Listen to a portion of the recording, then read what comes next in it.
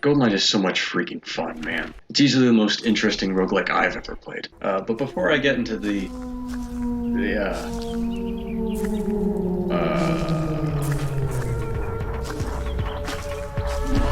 specifics, Golden Knight does have all the attributes of a roguelike: procedurally generated levels, items, and enemy layouts. All upgrades and items are lost when you die. Every few levels there's a loss, and honestly, when it comes to traditional elements, it kind of ends there, so I might as well get into the...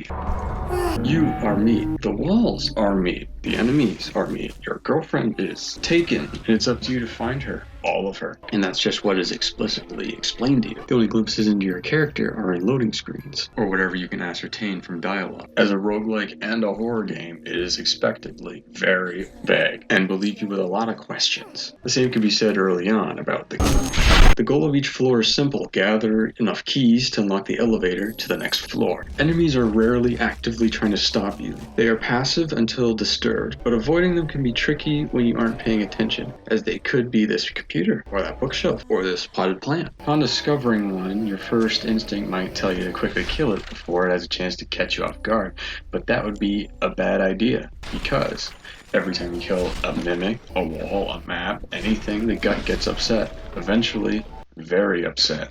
The angrier it is with you, the more enemies will spawn, prices will be higher, and you're gonna have a bad time. To avoid consequences while still removing enemies, you can bait them into walking into traps, fighting NPCs, or using item effects on them. Because I didn't kill them, the poison did. Although item effects are randomized every time you die, and you're going to need to test them again by throwing or eating them. Trust me, knowledge is worth some health. This system also incentivizes starting the game from the very beginning each time, as opposed to reloading the most recent floor. But don't worry, that shiny new axe you found is still good for last resort, and also carb loading. Infused status effects will still apply.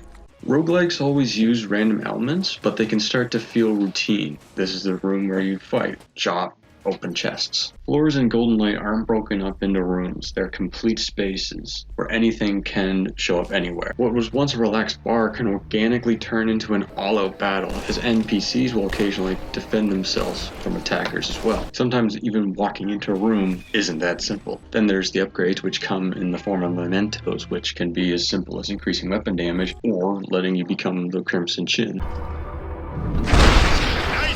Chin clip. At least to me, I also found it to be a genuinely effective horror game. I was often very aware of what sounds I would give off at any time, and I'm constantly listening for breathing meat monsters. I am consistently surprised by just how well designed it is. I was initially iffy on being slowed down when carrying multiple items, but it makes me experiment more frivolously, which is fun. Also, if you want to eat a weapon but don't want its negative effect, drop it on a trap to render it dead instead. That's just cool. Is there stuff to complain about? Sure, but it's in early access and constantly being improved. I was originally going to complain about having to fight bosses despite all of their combat being disincentivized, but now you can gather keys while avoiding the boss and progress that way. Awesome. I would encourage anyone who finds it even a bit interesting to check it out. It already has a good amount to discover and experiment with, and I can't wait to see what they add next.